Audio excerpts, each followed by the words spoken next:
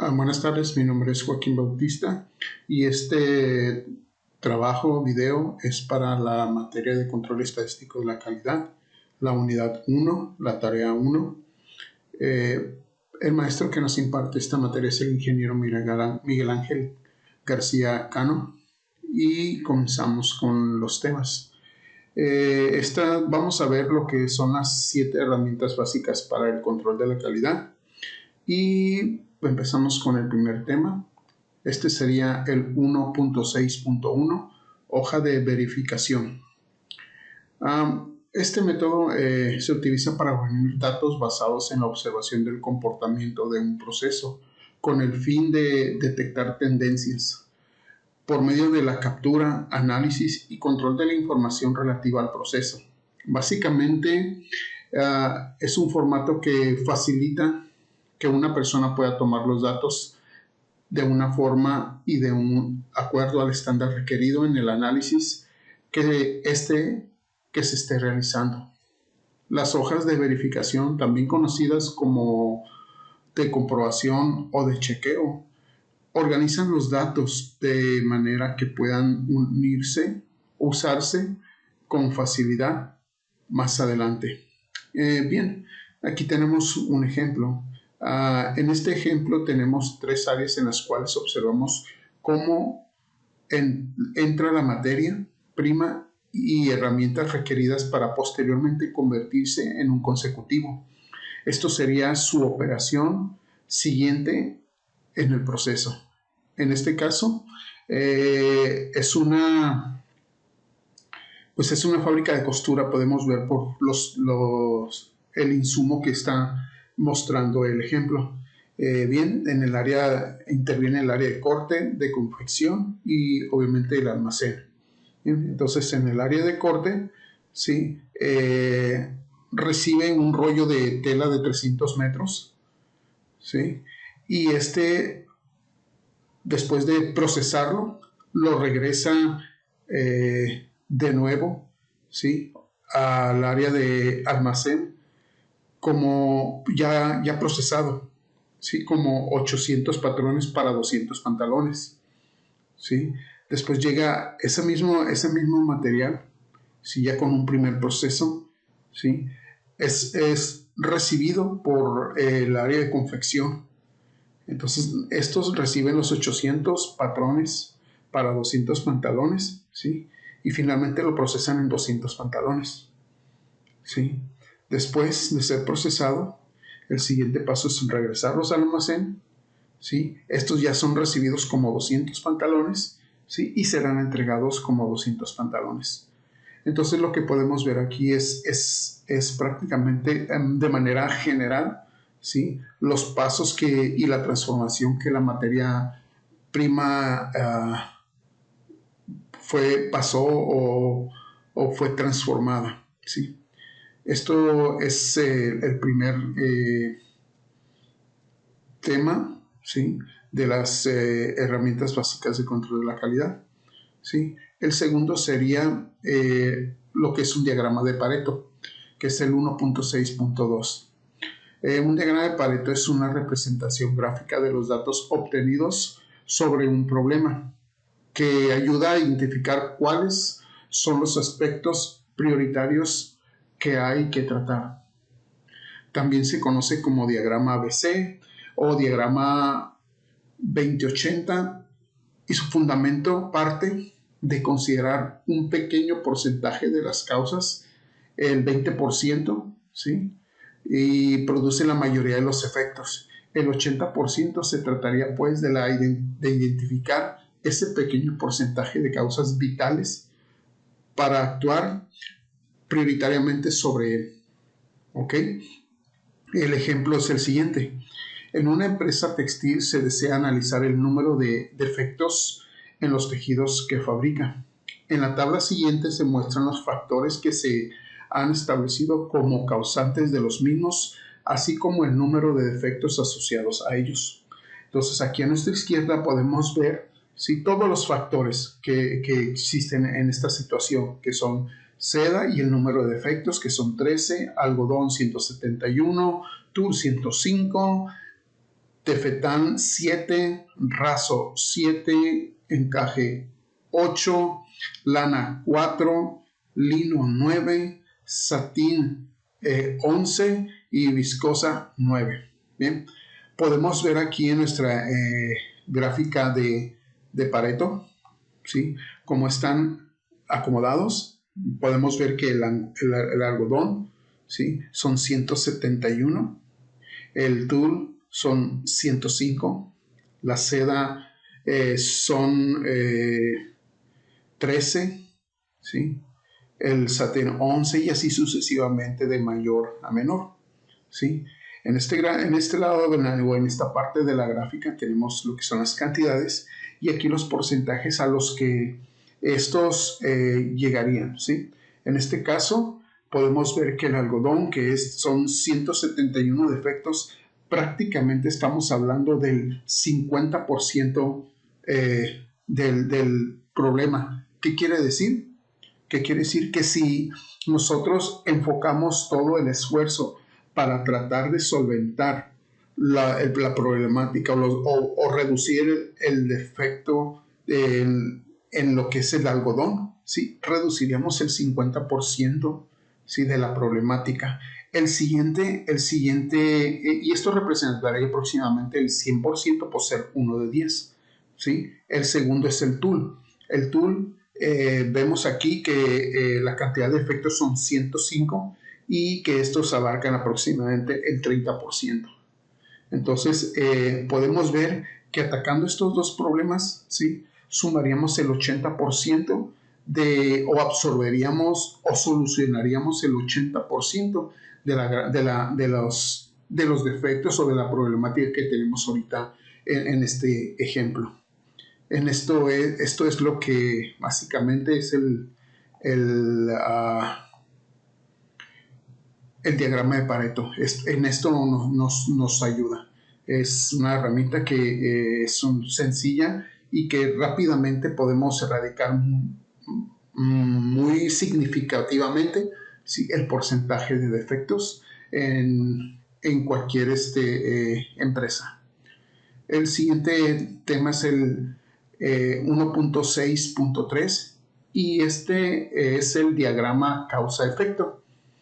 El diagrama causa-efecto es una representación gráfica que muestra la relación cualitativa e hipotéticamente de los diversos factores que pueden contribuir a un efecto o fenómeno determinado, ¿sí? En este tema, el ejemplo que utilizaremos será el de un proceso de orden de compra. Y es el siguiente: en una empresa se encargó a un equipo de mejora la solución del problema de los retrasos crónicos en el proceso de órdenes de compra. El grupo identificó las etapas significativas del proceso mediante un diagrama de flujo para identificar posibles causas del retraso. El equipo decidió construir un diagrama de causa-efecto mediante el proceso lógico paso a paso. Diagrama causa-efecto. El enfoque adoptado por el equipo consistió en basar la ordenación del diagrama en las fases del proceso previamente identificado a través de un diagrama de flujo. Bien, entonces esta teoría consiste, ¿sí?, en enumerar primeramente todos los temas principales, ¿sí?, por los que o las razones principales por las que podría causar un retraso de una compra, ¿sí? Y esto viene desde el pedido al proveedor, la clarificación, la identificación de la información, el traslado, el copiado y la llegada, ¿sí?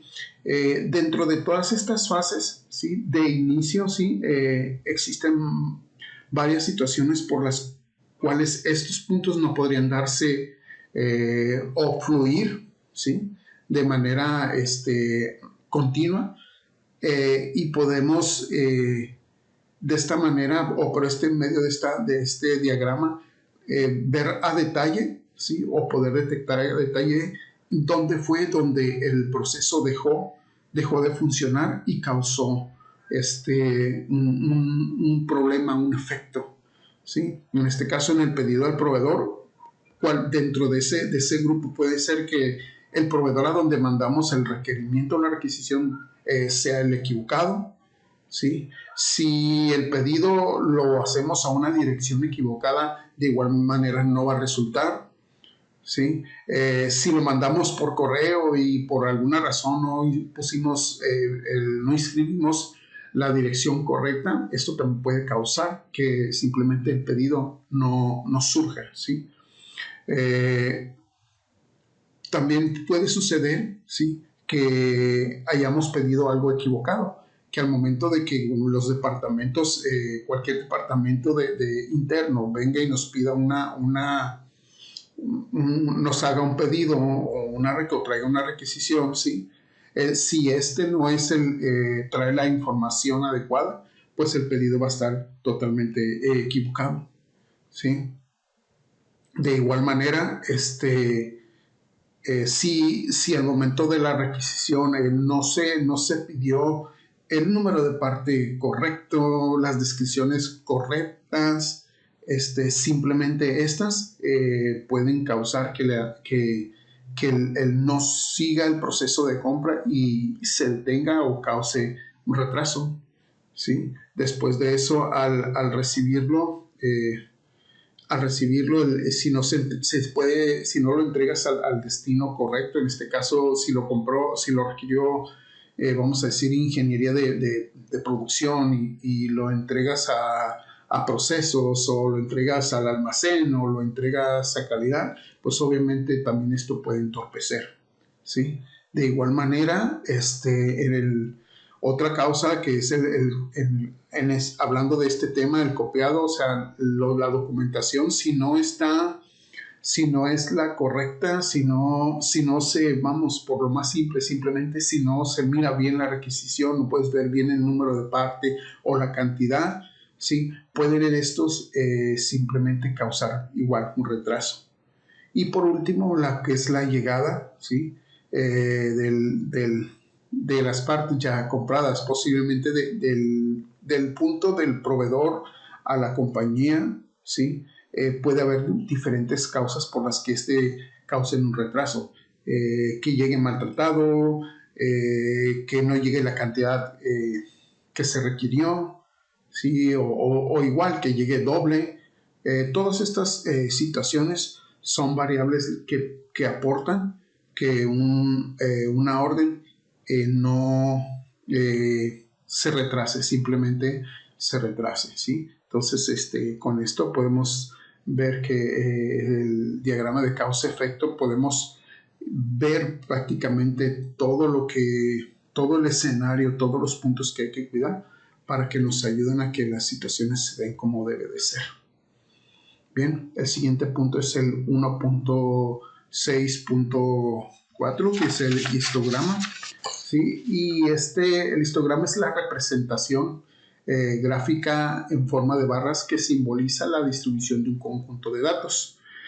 Sirven para obtener una primera vista general o panorámica, ¿sí?, de la distribución de la población, ¿sí? Entonces, esta o la muestra respectiva al carácter cualitativa o cuantitativa. Bien, entonces,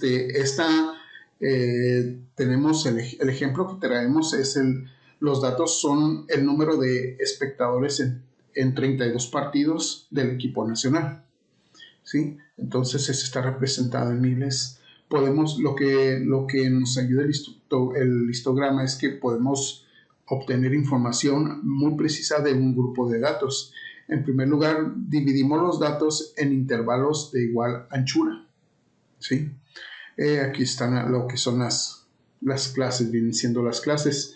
El valor mínimo de la muestra es 10.3, ¿sí? Y el valor máximo es 67. ¿Sí? Ponemos intervalos y anchura de 10 y construimos una tabla de frecuencias, ¿sí? Aquí podemos ver, ¿sí?, que tenemos nuestro cuadro, ¿sí? Con las clases, y podemos ver de igualmente lo que son la frecuencia. De ahí podemos igual ver los intervalos, ¿sí? Para poder ver cuál es el dato o el que obtuvo mayor frecuencia, ¿sí? En este caso podemos ver claramente aquí en nuestra gráfica, ¿sí? Que lo que es la clase de 40-50, ¿sí? Es la clase que tiene mayor frecuencia, ¿sí? Mayor frecuencia. ¿Y cómo se calcula igual el porcentaje? Pues se suman todas las frecuencias, todas las frecuencias. Después, ya que se sumaron, se toma ahora sí que la frecuencia mayor se divide entre el total de las frecuencias y se multiplica por 100. Esto, ¿qué va a suceder? Que nos va a dar un porcentaje para decir qué porcentaje fue el que la clase de mayor frecuencia obtuvo, ¿sí? El siguiente tema es el diagrama de dispersión. El diagrama de dispersión o gráfica de correlación permite estudiar la relación entre dos variables. Dadas dos variables X y Y, se dice que existe una correlación entre ambas si cada vez que aumenta el valor de X, aumenta proporcionalmente el valor de Y. Y esto puede reflejar, ¿sí? Una correlación positiva, ¿sí? O si cada vez que aumenta el valor de X en igual proporción al valor de Y, también puede ser una correlación negativa. En un gráfico de correlación representamos cada par X y Y como un punto donde se cortan las coordenadas X y Y. El ejemplo es el siguiente. Supongamos que tenemos un grupo de personas adultas, ¿sí? De sexo masculino. Para cada persona se mide la altura en metros, que va a ser la variable X, ¿sí? Y el peso en kilogramos, que va a ser la variable Y.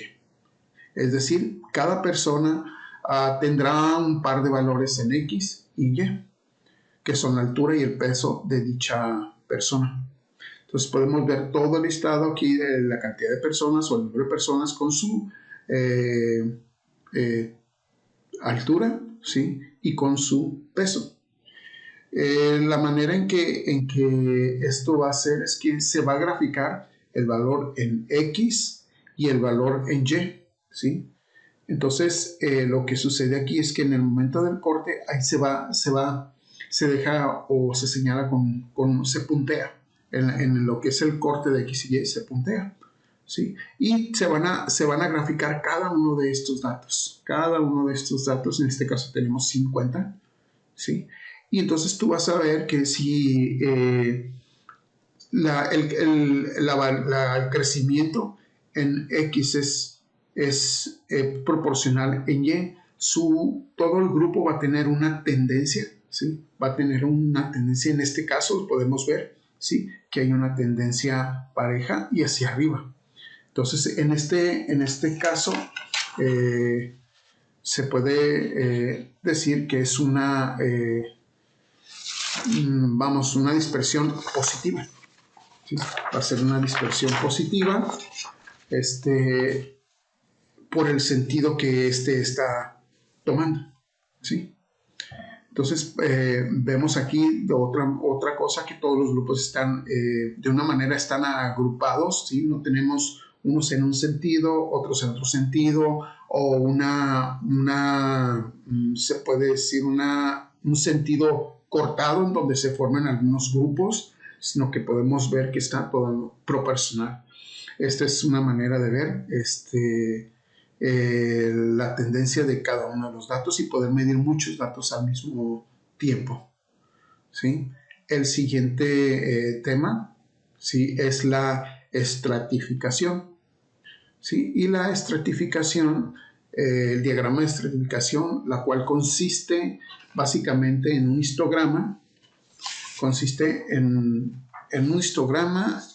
pero ahora estratificado, es decir, dividido en sus partes o en sus componentes. Entonces, a fin de analizarlas una por una y ver su posible relación con respecto a los datos globales, se puede estratificar respecto a varios conceptos, como pueden ser materiales, mano de obra, maquinaria, condiciones de operación y otros aspectos que pueden ser relevantes, a fin de identificar posibles causas de problemas en el ámbito productivo. Bien, entonces nuestro ejemplo aquí, ¿sí? Dice lo siguiente: estratificar los datos respecto a las materias de química y trigonometría, las cuales son de menor y mayor aprovechamiento, respectivamente. Si estratificamos los datos respecto a estas dos materias utilizando los mismos intervalos, ¿sí? Estamos hablando aquí de los límites estos de clase, ¿sí? Que en el caso global la distribución de la frecuencia es la siguiente. Entonces podemos ver aquí, ¿sí? Los datos, ¿sí? Los números de datos de química y los números de datos de trigonometría. De igual manera como dice al inicio del concepto, es el cual básicamente consiste en un histograma. ¿Sí? ¿Por qué? Porque nos vamos a apoyar en la manera de cómo vamos a tratar la información. ¿Sí? Está agrupado. ¿Sí? Vemos de igual manera las frecuencias y los intervalos de clase. ¿Sí? Entonces, de la misma manera, vemos aquí claramente lo que son los datos de o el histograma de trigonometría, ¿sí? De igual manera, apoyándonos con la manera de cómo se miden en el histograma, ¿sí? Tenemos aquí nuestro cuadro en donde están las frecuencias y los intervalos de clase, ¿sí? Y podemos ver de manera rápida también, ¿sí? Lo que es el histograma, ¿sí? de los datos. Y podemos ver, a diferencia de este histograma, ¿sí? Que la materia de química está por debajo de la media, ¿sí? Aquí podemos ver que todos los datos principalmente están por debajo de la media y trigonometría está por encima, lo que apoya los resultados de la encuesta, en el sentido de que la primera es la materia más difícil, ¿sí? Estamos hablando de química,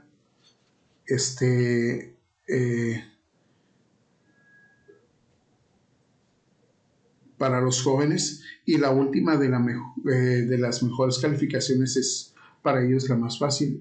Esto nos dice que trigonometría de alguna manera es la más fácil y podemos ver muy claramente, ¿sí?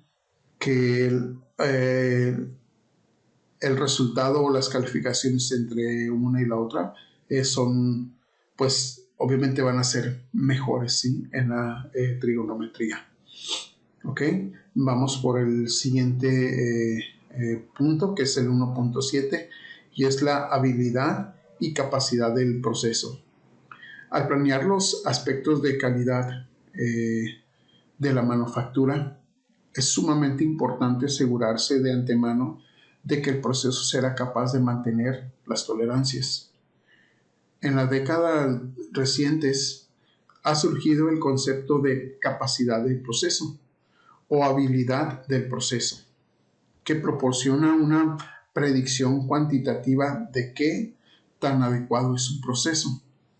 La habilidad del proceso es la variación medida inherente del producto que se obtiene en ese proceso. Entonces vamos a ver a continuación los conceptos para darnos una mejor idea. Proceso. Se refiere a una combinación única de máquina, herramientas, métodos, materiales y personas involucradas en la producción. Capacidad o habilidad, esta palabra se usa en el sentido de aptitud, basada en el desempeño probado para lograr resultados que se puedan medir. Capacidad del proceso es la aptitud del proceso para producir productos dentro de los límites de especificaciones de calidad. Capacidad media. Esto se refiere al hecho de que la capacidad del proceso se cuantifica a partir de datos que a su vez son el resultado de la medición del trabajo realizado por el proceso. Capacidad inherente se refiere a la conformidad del producto que resulta de un proceso que se encuentra en estado de control estadístico, es decir, en ausencia de causas especiales o atribuibles de variabilidad natural. Los productos fabricados nunca son idénticos, sino que representan cierta variabilidad. Cuando el proceso está bajo control, solo actúan las causas comunes de variaciones en las características de la calidad. Valor nominal.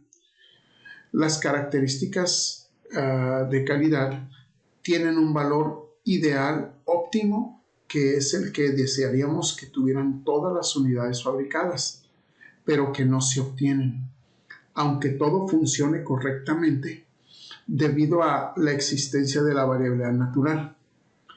Objetivos de todos de lo que es capacidad del proceso o habilidad es predecir en qué grado el proceso cumple sus especificaciones. Otro objetivo sería apoyar a diseñadores de productos o procesos en sus modificaciones. De igual manera, especificar requerimientos de desempeño para el equipo nuevo. Seleccionar proveedores. Reducir la variabilidad en el proceso de manufactura. Planear la secuencia de producción cuando hay un efecto interactivo de los procesos en las tolerancias. Una vez que hayamos comprobado que el proceso está bajo control, estaremos interesados en saber si es un proceso capaz, es decir, que cumpla con las especificaciones técnicas deseadas.